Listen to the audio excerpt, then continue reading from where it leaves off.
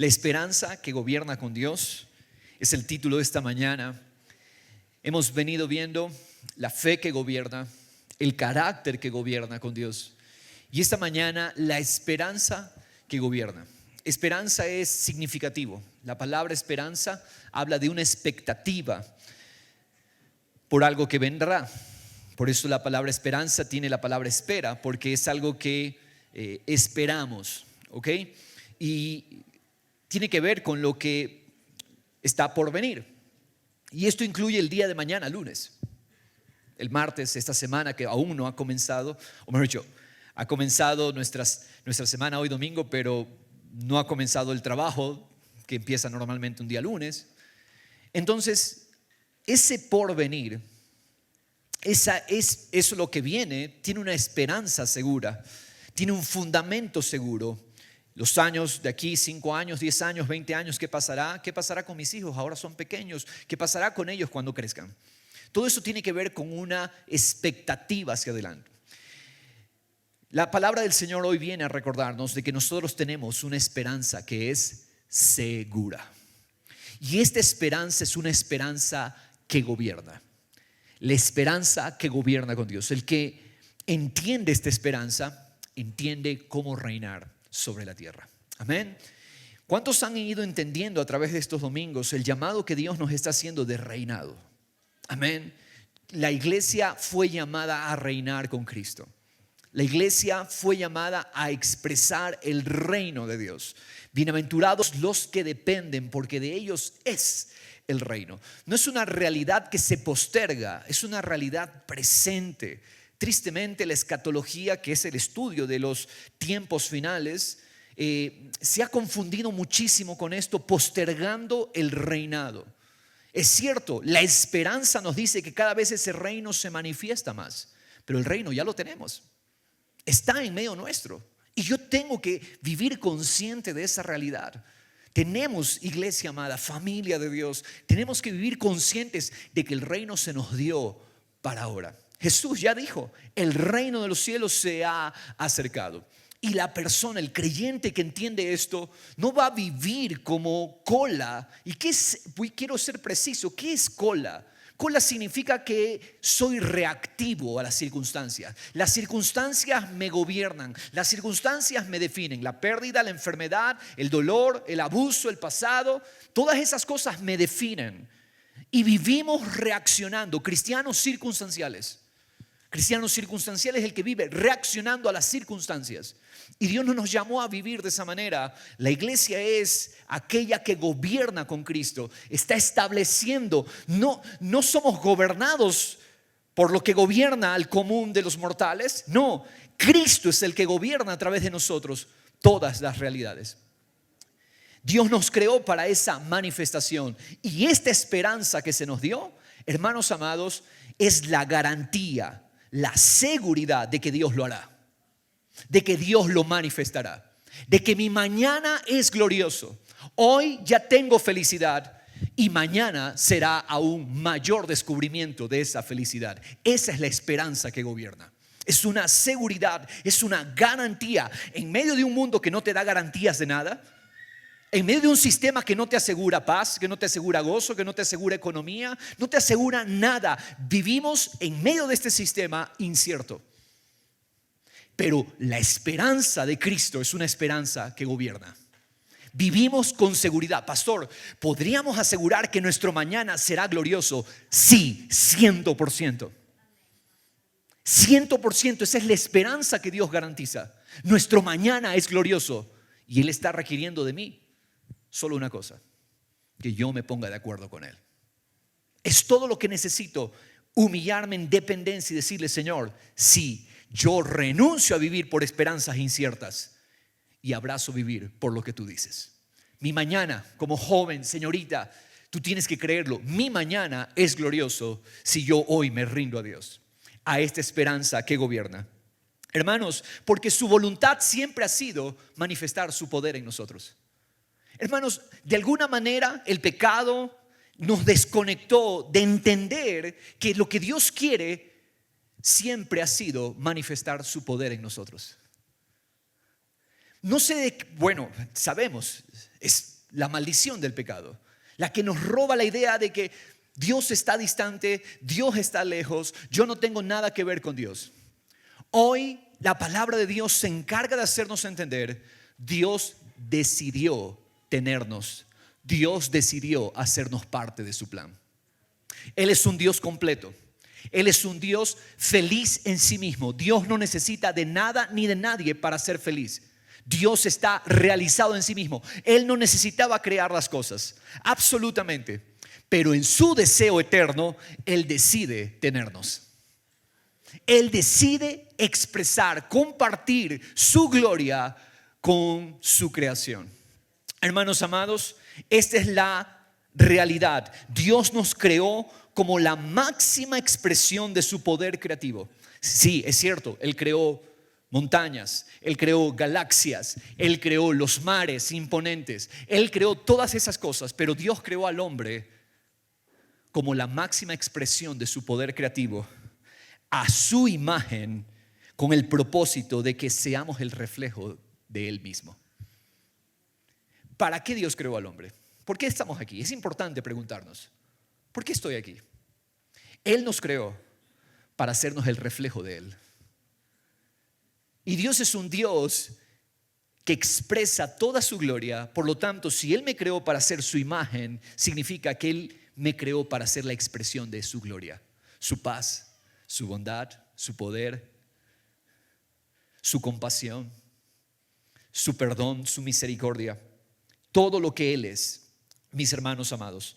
Y yo quiero que vayamos al libro de Génesis y vamos a ver 4 figuras que alimentaban la esperanza de ver este obrar de Dios. 4 figuras a lo largo de las Escrituras, vamos a ver. 4 figuras que alimentaban la esperanza de ver la manifestación de Dios en medio nuestro. Amén. Vamos a Génesis 1, 26 y quiero que veamos como preámbulo el verso 26 donde está el deseo de Dios. Dijo Dios, hagamos. ¿Qué expresa eso? Cuando usted en su jornada toma y dice, ok, hagamos esto, hagamos aquello, vamos a hacerlo así. Usted está ejerciendo su voluntad, ¿verdad? Usted está ejerciendo la capacidad de tomar una decisión. Dios ejerció su voluntad y en su voluntad Él decide tenernos. ¿Para qué? Él decide tenernos para hacernos expresión de su poder. Hagamos, es una decisión eterna, ese es el deseo eterno. Al hombre a nuestra imagen, conforme a nuestra semejanza, y ejerza dominio. ¿Para qué fue creado el hombre? La humanidad fue creada por Dios para ejercer dominio, para ejercer gobierno. Hermanos amados, esta idea de que Dios nos quiere miserables o que Dios nos quiere tristes, que Dios nos quiere arrastrados, eso es antibíblico. Dios creó a la humanidad, al hombre, ¿para qué? Para ejercer dominio. ¿Por qué? Porque ese es el corazón de Dios. Ese es Dios. La naturaleza de Dios es un Dios que gobierna sobre todas las cosas. Y no tiene nada que ver con tiranía, porque yo sé que probablemente pensemos en tiranías o en dictaduras no tiene nada que ver. Él es la realidad de un verdadero rey. Él es la realidad de un verdadero gobierno. Dios nos creó para ser el reflejo de su dominio, de su gobierno. Ejerza dominio. Es una decisión divina. Dios decide tenerme. Hermanos amados, esto sana el corazón. Porque no es que yo soy un accidente. No, Él decidió tenernos. Él decidió hacernos y hacernos parte de su plan, de llenarlo todo. Sobre todas las cosas, los peces del mar, las aves del cielo, sobre los ganados, sobre toda la tierra. Esa es la realidad. Aquí hay una figura del mandato de gobierno que se nos dio. ¿Para qué existimos? Para reflejar el gobierno de Dios sobre todas las cosas. Sobre todo reptil que se arrastra. Verso 27, Dios creó al hombre a imagen suya. A imagen de Dios los creó. a imagen del que gobierna, a imagen del que reina. Esa es la iglesia. Ese es el conjunto de hombres y mujeres que Dios salva, llamados ¿a qué? A reinar. Verso 28, los bendijo Dios. No solamente que Él decidió tenerme, sino que Él me bendijo para este propósito. Los bendijo Dios y les dijo: sed fecundos, sean fecundos, multiplíquense, llenen la tierra y dominen, sojuzguen, gobiernen, ejerzan dominio sobre los peces del mar, sobre las aves del cielo, administren todo. Ese es el mandato. La realidad es que existimos para administrar el mundo de Dios. Ese es nuestro llamado. ¿Y qué es administrar este mundo? Es llenarlo todo de Él. ¿Qué significa administrar, gobernar, dominar? Significa que somos administradores de todo absolutamente. El hombre tiene como propósito original gobernar sobre todas las cosas. Ese fue el deseo de Dios. Ese fue el anhelo eterno. No necesitaba Él hacerlo, pero Él decidió hacerlo. ¿Puedes abrazar el amor de Dios en esta realidad? Él no tenía que hacerlo, pero Él decidió hacerlo así y hacerme parte, hacerte parte. Hermanos amados, la salvación es empezar a entender esto.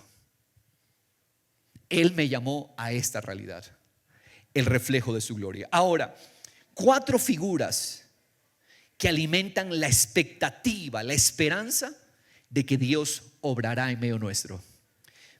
Vamos al capítulo 2, por favor. Génesis 2, versículo 8. El siguiente capítulo. Plantó Jehová Dios un huerto hacia el oriente. Un huerto, pongan atención. En Edén, y puso allí al hombre que había formado. Verso 10. Y del Edén salía un río para regar el huerto. Creo que no está en mi lectura, ¿verdad? ¿Está leyendo? Vamos leyendo juntos. De Edén salía un río para regar el huerto. De allí se dividía y se convertía en otros 4 ríos. Vamos a saltarnos al verso 15. Entonces Jehová Dios tomó al hombre y lo puso en el huerto de Edén para que lo cultivara y lo cuidara. ¿Cuál es la imagen que viene a su mente por medio de un huerto? Hermanos amados, Dios nos creó para la relación con Él. Dios nos creó para que entendamos y descubramos que nuestra felicidad está en conocerlo a Él. ¿Por qué un jardín? ¿Por qué un jardín? Porque un jardín simboliza el gozo y la alegría del hortelano, el que planta ese huerto, el que cultiva ese huerto, el que cuida ese huerto, y la oportunidad de disfrutar los beneficios de ese huerto. Puedo yo participar de los deleites que he cultivado en ese huerto. Un huerto tiene la connotación de gozo y alegría. Un jardín tiene la connotación de gozo y alegría. ¿Qué es lo que Dios está tratando de decirnos? ¿Qué es lo que Dios está en su intención hacernos entender? ¿Por qué Dios crea al hombre y lo pone en un huerto? Porque el hombre tiene que descubrir que existimos para el gozo de Dios. Existimos para entender que felicidad y alegría es Dios. ¿Tú crees que felicidad y alegría es, si yo tan solo alcanzo mis sueños, seré feliz? Mentira. Felicidad es entender, gozo y alegría es Dios. Soy feliz si tan solo me libero de estas ataduras, seré feliz.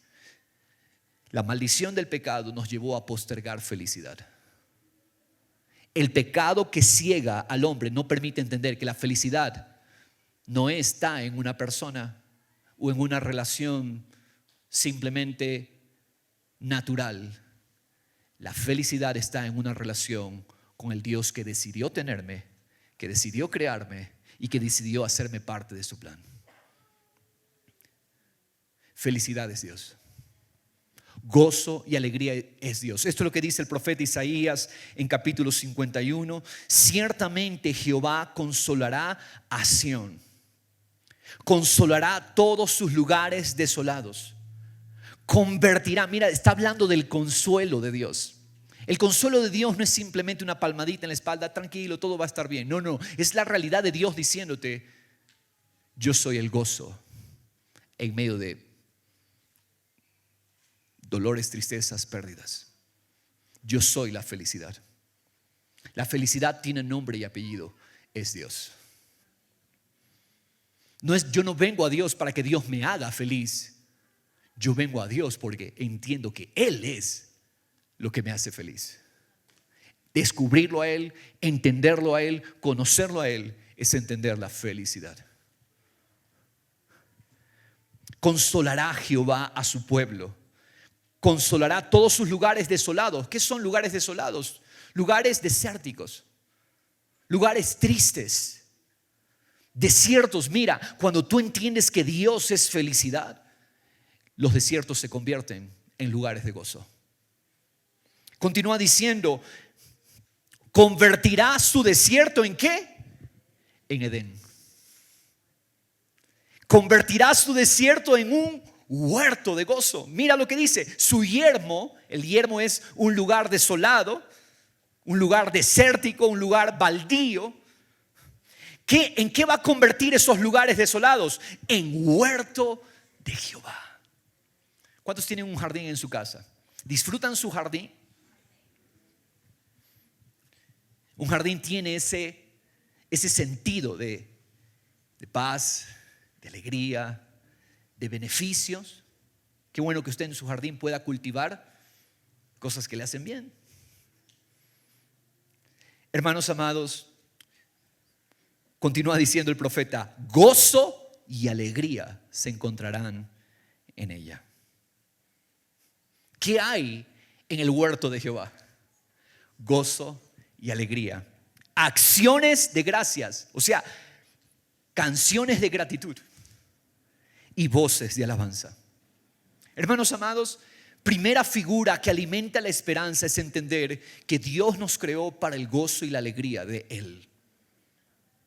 No necesitamos, por favor, no perdamos tiempo. Esto no es solamente, hermanos, una apelación allí.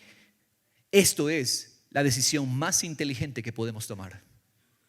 Dejar de definir felicidad en las cosas, dejar de definir felicidad en las personas, dejar de definir felicidad en un buen trabajo, dejar de definir felicidad en tener una buena cuenta.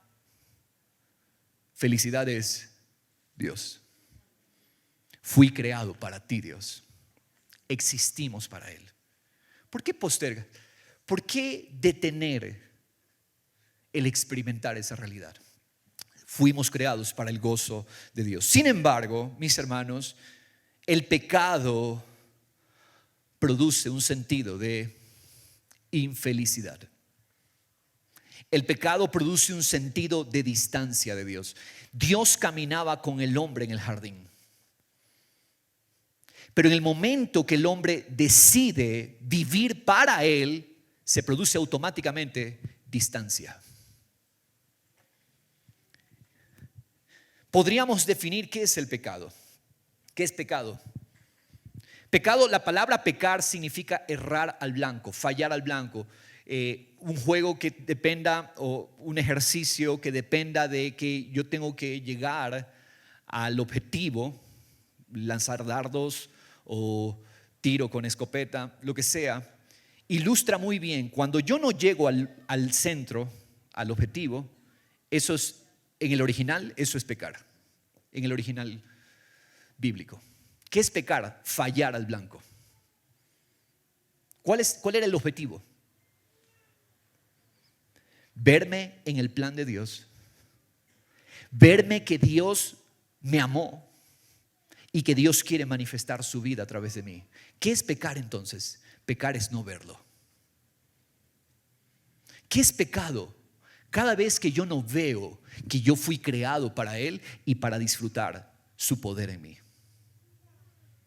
Cada vez que yo creo que felicidad está parte de Dios, tu felicidad, mi concepto de felicidad siempre, siempre nos lleva a la insatisfacción. Entonces ahí se manifiestan todas las obras de la carne: adulterios, fornicaciones, romper matrimonios, romper hogares, divorcios y todo tipo de cosas. ¿Por qué razón? Porque hemos definido incorrectamente felicidad. Felicidad es entender: Dios, tú eres mi bien. Felicidad es Él. Mis hermanos, mire lo que dice Salmo 92, 4. Porque tú, oh Jehová,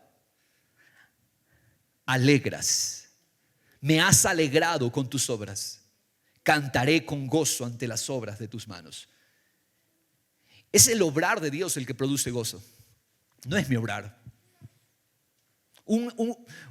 Una situación que constantemente producía caída en Israel era cuando ellos se gloriaban en lo que ellos podían alcanzar.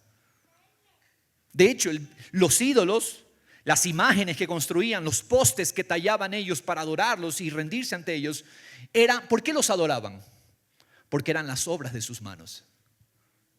Continuamente un pueblo idólatra cae ¿en qué? En adorar lo que ellos pueden lograr, lo que ellos pueden hacer.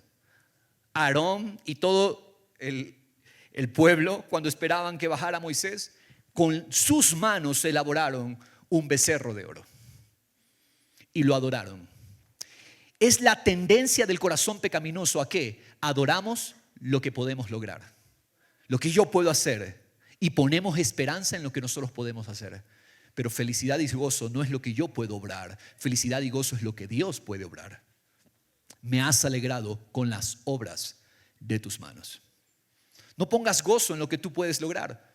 Pon todo el gozo en lo que Dios logró para nosotros en su Hijo Jesucristo. La felicidad es esa: alegrarme en Dios y en lo que Él hace. Hermanos amados, podríamos en esta mañana declarar juntos: felicidad no se encuentra en lo que no es Dios. ¿Qué tal si lo decimos? Felicidad no se encuentra en lo que no es Dios. Dios, tú eres mi felicidad. Tú eres. Puedes decirle al Señor: quiero ser tu jardín, el lugar de tu gozo, el lugar de tu alegría. Pecado es no verlo. Ahora mira, quiero que te fijes lo que dice Romanos 3:23. No hay distinción, por cuanto todos pecaron y no alcanzan la gloria de Dios. ¿Qué hace el pecado? Genera un sentido de distancia. En Reina Valera dice: están destituidos. Yo fui creado para Dios. Fui creado para verme en Él. Fuimos creados para Él. Pero ¿sabes lo que hace el pecado? Dios está lejos. El pecado produce esta separación, este alejamiento. No alcanzan la gloria de Dios. La palabra original allí es la palabra griega justereo. Significa pequeños, muy atrás del objetivo, ser posterior, ser inferior, ser deficiente, quedarse corto. Eso produjo el pecado, un sentido de distancia con Dios. Vemos el amor distante, vemos la paz distante, vemos la bendición distante. Dios no me quiere bendecir, Dios no me ama, nadie me ama, estoy abandonado, mi vida es una tristeza, mi vida es un mar. ¿Qué es eso? Es todo el efecto de lo que produjo el pecado. Un sentido de alejamiento, un sentido de distancia. Por cuanto todos pecaron, dice, no alcanzan. El Dios que nos creó para el jardín, Él me creó para el jardín. Ahora yo me siento separado de Él, separado de la comunión. ¿Cuál es la mentira? Vive según lo que tú crees que es mejor. Y tú ves, cada persona tiene su filosofía de vida. Cada persona tiene su filosofía de cómo vencer, de cómo enfrentar la vida. ¿Y sabes lo que dice la palabra? No te apoyes en tu propio entendimiento. No te apoyes en tu propia prudencia. ¿Sabes qué le llama Dios necio? Necio aquel que se apoya en su propia inteligencia. Entonces, ¿qué queremos? Abrazamos una mentira de este sistema. Yo quiero crear hijos profesionales exitosos. Y dice Dios, instruye al niño en su camino para que realmente sea exitoso. Es decir, yo no voy a formar hijos para que ellos descubran su voluntad, su camino. Voy a formar hijos para que descubran a Dios. Porque conocer a Dios, si ellos conocen a Dios, entonces ellos serán exitosos. Ellos serán prosperados. Creamos hijos para el mundo y luego tenemos hijos fracasados. No, pero tiene profesión. Pero mira su vida, triste, vacío. ¿Qué es éxito? Señor, yo renuncio a mi propia inteligencia, a mis propios criterios. Señor, abrazo lo que tú dices. Abrazo tu verdad, abrazo tu palabra. El pecado nos dejó atrás del objetivo. Si el objetivo era vernos en Dios, vernos amados en Él, ver que Él siempre ha querido manifestar en nosotros su poder, pecado es no verlo. Ver a Dios distante, ver a Dios lejano, ver a Dios indiferente a mi realidad, a mi situación. Porque el pecado nos arrancó de la vida. ¿Qué hace el pecado? ¿Cuál es la capacidad del pecado? El pecado te separa de la vida. El pecado nos alejó del verdadero vivir. Ese es el pecado. No entender que Dios quiere glorificarse en mí. Fíjate en esto, amado hermano. Esto explica por qué el hombre se escondió luego del pecado, luego de la desobediencia. Dios no produjo la separación, la propia desobediencia de ellos los colocó en un estado de separación. Mucha gente dice, Dios se distanció de nosotros. No, nosotros nos distanciamos de Él. El pecado nos llevó a nosotros separarnos. Sus conciencias les acusaban porque habían decidido por felicidad que no es Dios. Sus conciencias entonces les acusan y se alejaron de la relación con Dios. Ellos caminaban con Dios en el jardín, pero perdieron todo sentido de confianza. El pecado nos hace producir todo sentido de confianza. Y ahí es donde vienen los miedos, los temores y las inseguridades. ¿Por qué el miedo? ¿Por qué el temor? ¿Por qué la inseguridad? Es resultado de yo haber buscado la distancia. Solo en su presencia hay confianza. Solo en su presencia hay libertad de relación con Él. Dice el Salmo 16, en su presencia hay gozo completo. En su diestra, o sea, con Él están las delicias para siempre. Pero yo decido alejarme y pienso entonces ser feliz así.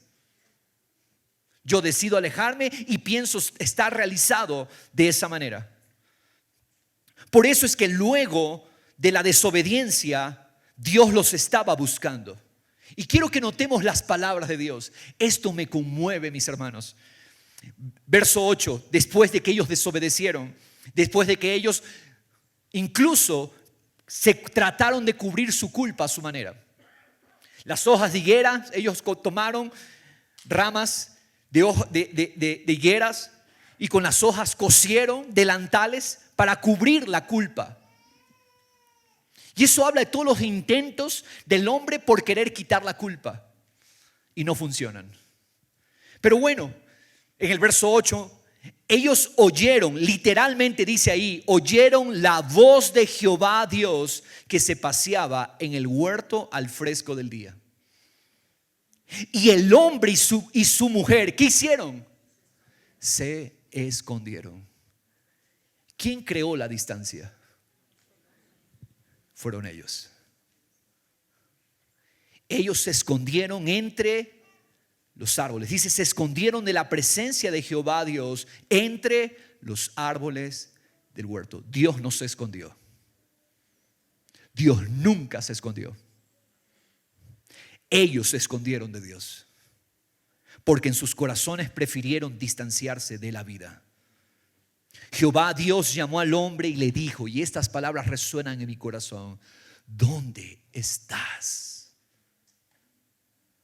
Es Dios buscando al hombre, porque el hombre decidió separarse. ¿A usted quién le dice dónde estás? A alguien que no está con usted físicamente, lo llama: ¿dónde estás? En otras palabras, el ¿dónde estás? Resuena a causa de una distancia. Es Dios diciendo: ¿dónde estás? Yo te creé para mí. Yo te hice para mí. Y para que tú te veas en mí y yo manifestar mi poder en ti. Pero tú has preferido la distancia. ¿Dónde estás? Es importante meditar esto, hermanos. ¿Dónde estás, hombre? ¿Dónde estás, mujer? ¿Dónde están ustedes? ¿Por qué se alejaron?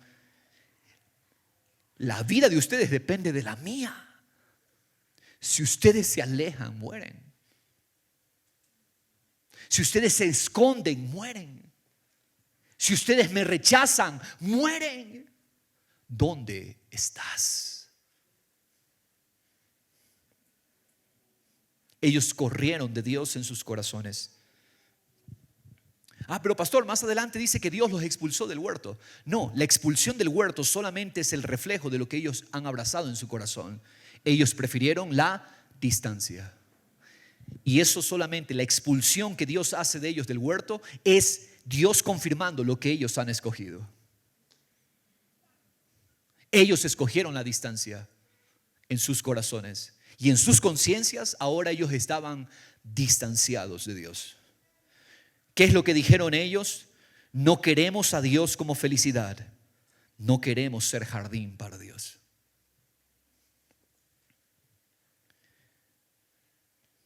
Primera realidad: Dios nos creó para ser un jardín para Él. Un jardín de comunión y felicidad con Él. Vamos a Génesis capítulo 12 y veamos esta segunda realidad. Dios nos creó para ser para Él. Dios nos creó para ser de Él. Y esta realidad, mis hermanos, nos habla de la consagración. ¿Qué es consagración? Consagración es Dios apartándonos, Dios separándonos para un propósito. ¿Y cuál es la figura aquí? La figura es el altar. Dios proveyó el mecanismo de altar como un símbolo de entrega y consagración a Dios. Cada vez que se erigía un altar, eran hombres diciéndole a Dios: Señor, hemos visto tu poder y ahora te decimos, quiero ser para ti. ¿Qué representa un altar? Un altar representa: Señor, me dedico a ti, me consagro a ti, me entrego a ti, me rindo a ti, te pertenezco. Cada vez que los hombres de Dios en la Biblia erigen altares, hablamos de Abraham, Isaac, Jacob, David, Gedeón, entre algunos, construyeron altares. ¿Para qué? Para entregarse a Dios. Después de haber tenido una experiencia con Dios, ellos erigían altares, construían altares donde decían a Dios: Señor, aquí nos entregamos, aquí me rindo. Veamos Génesis 12, Jehová, verso 7. Jehová se apareció a Abraham y le dijo, miren, la aparición de Dios a Abraham, Dios hablándole: a tu descendencia daré esta tierra. Entonces, ¿qué hizo Abraham? Él edificó allí un altar a Jehová que se le había aparecido. ¿Qué representa un altar? Ahora, cuando usted vaya a leer las escrituras, ya usted entiende. Cada vez que hay un altar a Dios, significa que las personas se están entregando a Dios, que las personas se están rindiendo a Dios. Un altar significa consagración. Jardín, veíamos, significa comunión. Un altar significa consagración. También Gedeón en Jueces 6:22, al ver Gedeón, que era el ángel de Jehová, dijo, Dios se le había aparecido a Gedeón, y Gedeón responde, ay de mí, Señor Jehová, porque ahora he visto al ángel de Jehová cara a cara. Y Jehová le dijo, la paz contigo, Gedeón, no temas, no morirás. Verso 24, y Gedeón edificó allí un altar a Jehová y lo llamó Jehová es paz. Gedeón se entrega al propósito de Dios y Dios cumple a través de Gedeón un gran propósito de liberar a Israel de los madianitas. Mis hermanos, un altar conmemora un reencuentro entre Dios y el hombre. La tierra había sido destruida por el diluvio, el juicio de Dios, y solo Noé y su familia en el arca que alumbra, que señala a Cristo, sobrevivieron a ese juicio de Dios. Ellos descienden del arca y Noé construye un altar. En Génesis 8:20, Noé consagra el nuevo comienzo de la raza humana después del juicio del diluvio que destruyó toda carne. ¿Qué estaba diciendo Noé con ese altar? Este nuevo comienzo es tuyo, Señor. Aquí estamos. Cada vez que hay un altar es decirle a Dios, Señor, aquí estamos. Nos rendimos. Romanos 12 dice, presenten sus vidas como un sacrificio vivo en el altar de Dios. Porque, hermanos, fuimos creados para ser propiedad de Dios. No le pertenecemos al sistema, no le pertenecemos a los problemas, no le pertenecemos a las angustias. Fuimos consagrados para Él porque le pertenecemos a Él. Él nos hizo a nosotros. Somos de Él. ¿Qué es un altar? Es decirle a Dios, yo soy tuyo, te pertenezco. Cuando Abraham en un altar, obedeciendo a Dios, iba a sacrificar a Isaac, ¿qué es lo que Dios le estaba diciendo? ¿Qué es lo que Abraham le estaba diciendo a Dios por medio de ese sacrificio? Yo no le pertenezco a Isaac, mi corazón no es de Isaac, mi corazón no es de mi hijo, le está diciendo Abraham a Dios. Gracias por el hijo que me diste, el hijo de mi vejez, pero mi corazón no le pertenece a este hijo, mi corazón es tuyo, Señor. Y si tú quieres llevártelo, Señor, tú lo puedes hacer. Un altar es decirle a Dios, Señor, yo te pertenezco, tú eres mi dueño. ¿Qué tal, iglesia, si declaramos en esta hora, Dios, soy tuyo? Haz en mí conforme a tu palabra. Yo te pertenezco.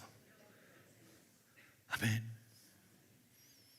Hermanos amados, porque Dios nos creó para Él, somos de Él. Deja de ser el dueño de tu propia vida. Deja de ser el dueño de, yo soy dueño de mis decisiones. No, hoy ríndele tus decisiones, tu vida. Señor, tú eres mi dueño. Te pertenezco a ti. Yo soy tu altar. La pregunta es, ¿quién te tiene a ti? ¿Quién te tiene? ¿Los problemas? ¿Quién te tiene? Las personas que te ofendieron. Tú sabes que cuando no liberamos perdón, yo le estoy diciendo a esas personas que me ofendieron, ustedes son mi dueño, el dueño de mi corazón, y me han amargado. Cuando damos lugar a la amargura, cuando damos lugar al resentimiento, estamos diciendo a las personas, tú eres dueño de mi corazón. Y entonces el resentimiento, la amargura, la ofensa se apoderan de nuestro corazón. Creemos que somos libres. Oh no, yo soy libre porque ya ni le hablo, ya hasta le bloqueé. Aunque tú le estás bloqueando, tú le estás diciendo a esa persona, lo que tú me hiciste se adueñó de mi corazón. Lo que tú me has dañado me ha llegado tan profundo que lo recuerdo todos los días en mi corazón. Eso es el resentimiento. Esa es la amargura. Le entregamos el corazón a un problema, le entregamos el corazón a una ofensa. Cuando tú actúas por lo que las personas hacen, tú le estás diciendo a las personas, ustedes son mis dueños. No actuamos por lo que las personas hacen o dicen. Actuamos porque hay uno que es dueño de nuestros corazones y es Dios. Y Él quiere manifestar su perdón, Él quiere manifestar su amor y amor incluso a los enemigos. ¿Por qué? Porque las acciones de las personas no son dueñas de mi corazón. Dueño de nuestro corazón es solo Dios. Por eso amamos, por eso perdonamos, por eso servimos. ¿Por qué? Porque hay uno que conquistó nuestro corazón y se llama Dios. Por eso servimos. ¿Qué es un altar? Un altar es, Señor, tú eres mi dueño y nadie más. Hermanos, qué importante es esto. Tercera figura. Dios nos creó para vivir con Él. Tercera realidad. Dios nos creó para vivir con Él. Primera realidad, Dios nos creó para la comunión con Él. Segunda realidad que ya hemos visto, Dios nos creó para ser de Él. Tercera realidad, Dios nos creó para vivir con Él. Éxodo 25, verso 8.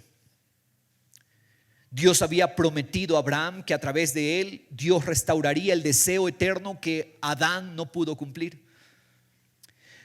¿Qué era lo que Dios quería con Adán? Dios quería morar con él. Cuando Dios llama a Abraham para hacer una nación y levantar de su descendencia la bendición para las familias de la tierra, ¿para qué Dios llama a Abraham? Dios quiere vivir con un pueblo.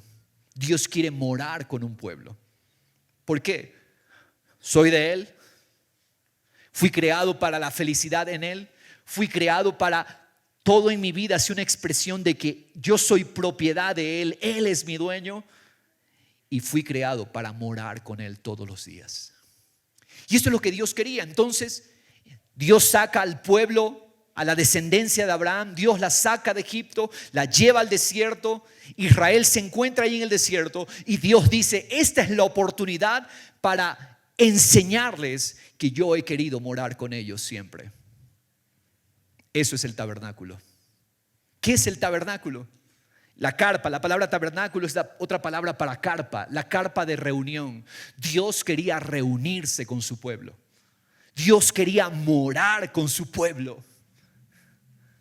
Y Dios le dice entonces a Moisés, Moisés, conforme al diseño que te he mostrado, quiero que elaboren una carpa, un tabernáculo, y dentro de ese tabernáculo va a haber una habitación interior donde yo voy a morar. Y ustedes van a estar en este desierto, pero no van a estar solos.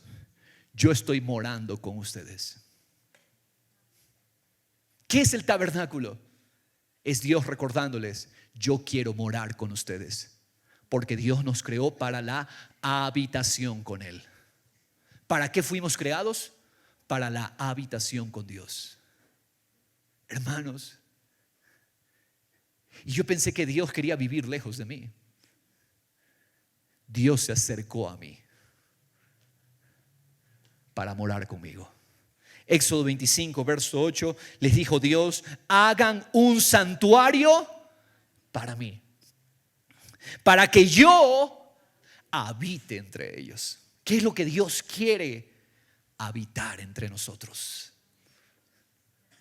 Recuerda, Dios nunca ha querido su cuarto lejos de nosotros. Dios nunca ha querido su habitación lejos de nosotros. Dios siempre ha querido habitar entre nosotros. Verso 9, conforme a todo lo que te voy a mostrar, conforme al diseño del tabernáculo y al diseño de todo su mobiliario, así lo haréis. Verso 10, harán también un arca, o sea, dentro de la carpa iba a haber un arca de madera de acacia. Su longitud será de 2,5 codos.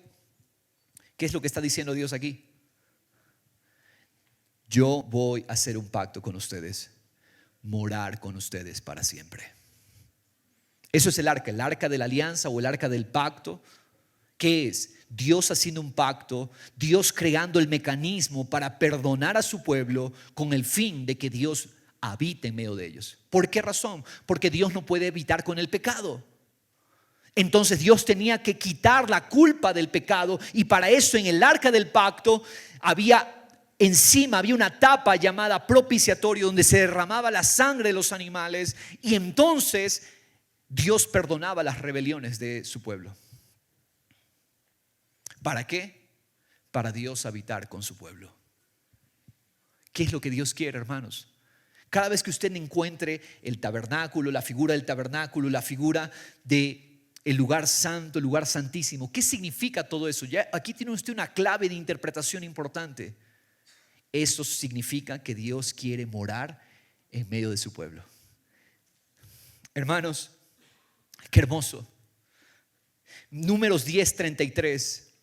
Mire lo que pasaba. Ellos iban en el desierto y la presencia de Dios iba con ellos.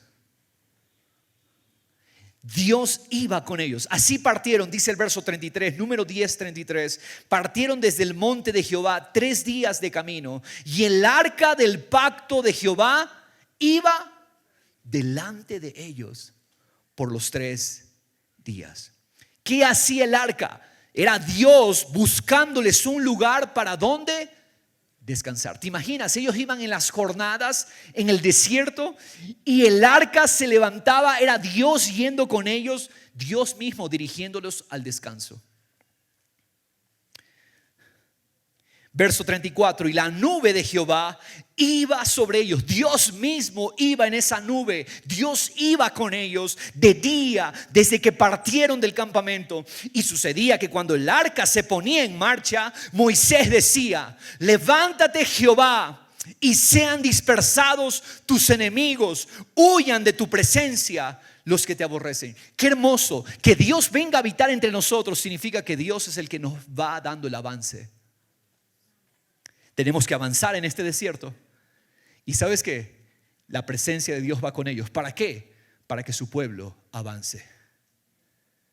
Y yo pensaba que yo avanzaba cuando yo me esforzaba lo suficiente. No, avanzo cuando Dios mora conmigo. Levántate, oh Jehová. Y era Dios saliendo a pelear por su pueblo. Y una vez que habían llegado a un lugar de descanso, cuando el arca descansaba, verso 36, Él decía: vuelve, oh Jehová, a los millares de Israel.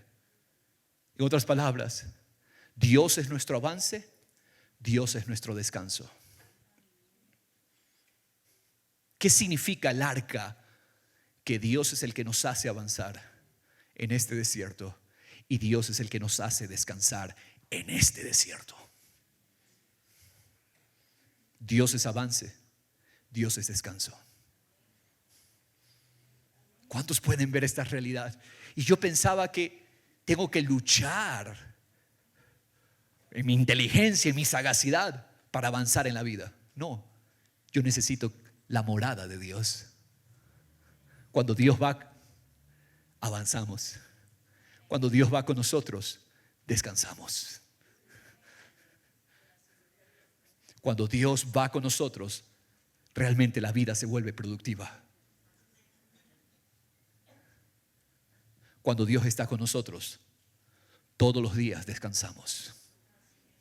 Todos los días podemos reposar nuestra cabeza en su pecho. ¿Por qué? Porque Dios ha venido a ser morada con nosotros. Hermanos, cuarta realidad. Recapitulando, Dios nos creó para la comunión con Él. Dios nos creó para ser de Él, propiedad de Él. Dios nos creó para vivir con Él, morada, habitación con Dios. Cuarta realidad, Dios nos creó para reinar con Él. Gobierno. La primera es comunión, la segunda es consagración, la tercera es habitación, y de esta cuarta realidad, gobierno. ¿Por qué es crucial que el hombre se vea en Dios? ¿Por qué es necesario que nos veamos en Dios? Porque no hay otra manera de reinar sobre la tierra sin la imagen de Dios. Solo con la imagen de Dios, con la realidad de Dios en medio nuestro, es que podemos gobernar. Es que vamos a poder levantar hijos para Dios. Es que vamos a poder tener matrimonios que lo glorifican a Dios. Es que vamos a poder levantar generaciones que llenan la tierra de la gloria de Dios. Eso se llama reinar, pero solo reinamos cuando yo permito a Él reinar a través de mi vida. Hermanos amados, vamos al segundo libro de Samuel, capítulo 7. David había visto la mano de Dios respaldando su reinado. Para este momento de la historia, David ha visto a Dios venciendo a todos sus enemigos, venciendo a todos sus enemigos sujetados, las naciones vecinas pagándole tributo a él, a su reinado. David estaba viendo la prosperidad de Dios. Pero entiende una cosa: David reconoce que es la fidelidad de Dios la que le ha traído este éxito. Hermanos amados, llega el momento donde David finalmente se establece en su palacio. David se establece en su casa real. El palacio es el lugar desde donde el rey gobierna, ¿verdad? Ahora, en medio de esto, David llega a reconocer algo importantísimo. David concibe en su corazón: Dios me ha traído hasta aquí. Por lo tanto, el que necesita un palacio no soy yo. El que necesita un palacio es Dios. Verso 1. Sucedió que cuando el rey ya moraba en su casa, Jehová le había dado descanso de sus enemigos por todos lados. El rey dijo al profeta Natán: mira, yo habito en una casa de cedro, pero el arca de Dios mora en medio de cortinas. ¿Sabes lo que está diciendo David? David está reconociendo: el verdadero rey es Él. Yo estoy en un palacio, pero el rey necesita su palacio. Y entonces David concibe el templo. Más adelante el profeta Natán, enviado por Dios, le va a decir, paréntesis, dicen que se va a ir la luz a las 12. Ok, si se va, están advertidos. Ok, y no harán bulla, porque entonces significa que hay que gritar más para que ustedes escuchen. Ok, y no se distraiga, por favor, porque llegamos a algo glorioso. Mire lo que dice el verso 5. Anda y dile a mi siervo David: así dice Jehová, ¿eres tú el que me va a edificar una casa para morar en ella? ¿Eres tú el que me va a hacer un palacio para morar? No he morado en una casa desde el día en que saqué de Egipto a los hijos de Israel. David, tú me estás diciendo que tú quieres mi gobierno. Tú no te ves como el gobernante definitivo. Tú me ves a mí como el verdadero rey. Eso es lo que hay en el corazón de David. Un hombre conforme al corazón que es. Un hombre que dice: el que manda eres tú, Dios, no soy yo. Y David reconoce: Señor, no sirve de nada que yo tenga un palacio si tú no tienes tu palacio. ¿Qué es el templo? El templo no es un edificio religioso. El templo es el palacio de Dios. David está diciendo: yo tengo casa y tú no tienes casa, rey. Le dice a Dios. Y Dios le dice a David: David, donde quiera que he ido, en el verso 7, donde quiera que he ido con todos los hijos de Israel, ¿acaso le hablé palabra a alguna de las tribus a la cual haya ordenado que pastoreara a mi pueblo? ¿Les he dicho acaso a alguien: por qué no me han hecho una casa de cedro? Nunca le he dicho a nadie que me haga un palacio, porque yo reino en los que me piden, y tú me has pedido como rey. Nunca le pedí a nadie que me hiciera una casa. Esto salió de tu corazón, David. Es un corazón que dice: yo quiero a Dios como rey. Yo quiero a Dios como rey.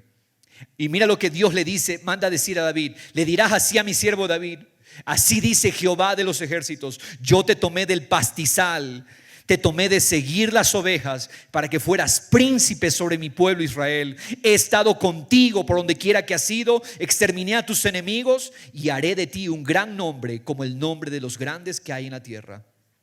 Te asignaré un lugar para mi pueblo Israel y lo plantaré allí a fin de que habite en su propio lugar y no sea perturbado de nuevo ni los aflijan. Mira el pacto que Dios está haciendo con David, porque un hombre anheló su reinado, el reinado de Dios. Ahora, verso 11: como desde el día en que ordené que hubiera jueces sobre mi pueblo, te daré reposo de todos tus enemigos. Y Jehová también te hace saber que Jehová te edificará una casa. ¿Sabes cuál es la palabra ahí? Te edificaré una dinastía. ¿Tú quieres mi reinado? Yo te hago reinar conmigo. ¿Quiénes son los que reinan? Aquellos que dicen: Señor, tú eres el rey. Reina Cristo, reina a través de mí.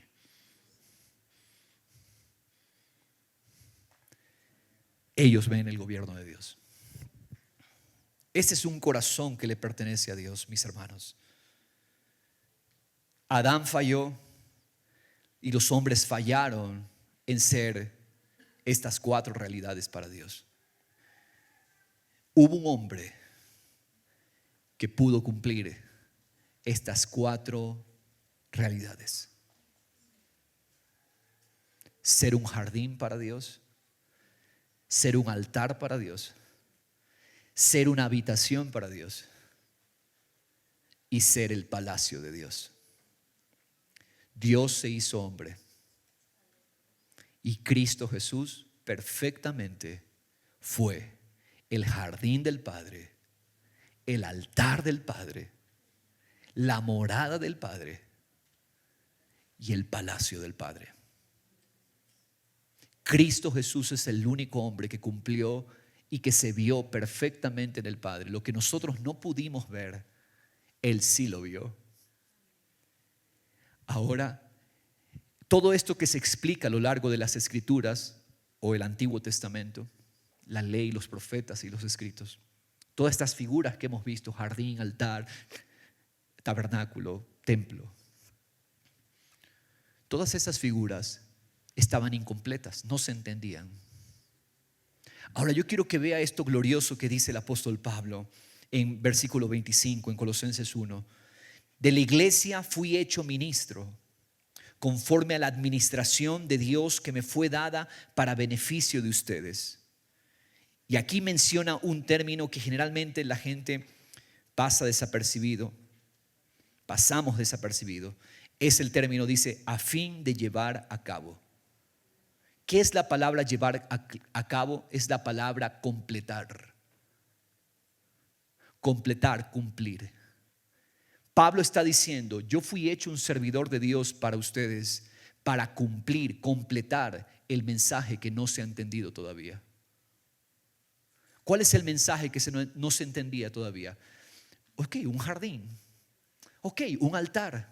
Ok, un tabernáculo. Ok, un templo. Pero ¿y eso? ¿Qué tenemos que volver a construir carpas, tabernáculos? ¿Qué será, que Dios solamente habla conmigo cuando me voy al jardín? ¿Qué será, que Dios necesita que le hagamos un templo para Él? Pablo dice: a fin de completar la predicación de la palabra de Dios. Te necesitamos, dice Pablo, fui escogido como un instrumento para completar la revelación. Verso 26. Es decir, el misterio que ha estado oculto desde los siglos y generaciones pasadas. Un misterio, o sea, a la mente natural esto no se ha entendido todavía, dice Pablo. Pero que ahora ha sido manifestado a sus santos, a quienes Dios quiso dar a conocer cuáles son las riquezas de la gloria de este misterio entre nosotros, las naciones, los gentiles. ¿Cuál es ese misterio? El jardín no está más afuera. El altar no está más afuera, el tabernáculo, la morada no está más afuera, el palacio no está más afuera. Cristo está en ustedes, la esperanza de ver la gloria de Dios. El único que cumplió perfectamente relación con Dios, propiedad de Dios, casa de Dios y reinado para Dios, Cristo Jesús, es el que habita ahora en la iglesia. ¿Dónde está la gloria? No está más afuera. Está conmigo donde quiera que yo voy. Ya no necesitamos construir templos físicos, carpas, ni ninguna de esas cosas. Altares, mucha gente le llama esto el altar. ¿Sabe que esto no es un altar? Esto es una plataforma. El altar es Cristo en nosotros. El templo es Cristo en nosotros. La morada es Cristo en nosotros. El jardín es Cristo en nosotros. Y lo tenemos todo. Nos pueden quitar el edificio, nos pueden cortar la luz y no hemos perdido la esperanza de gloria. Hermanos amados, esta es la realidad, esta es la esperanza que gobierna con Dios. No está más lejos. Cristo en ustedes, la esperanza de gloria. ¿Cuántos quieren reconocer a Cristo en nosotros como el jardín hoy? Cristo en nosotros como el altar de Dios. Cristo en nosotros como la habitación. Dios habita con nosotros.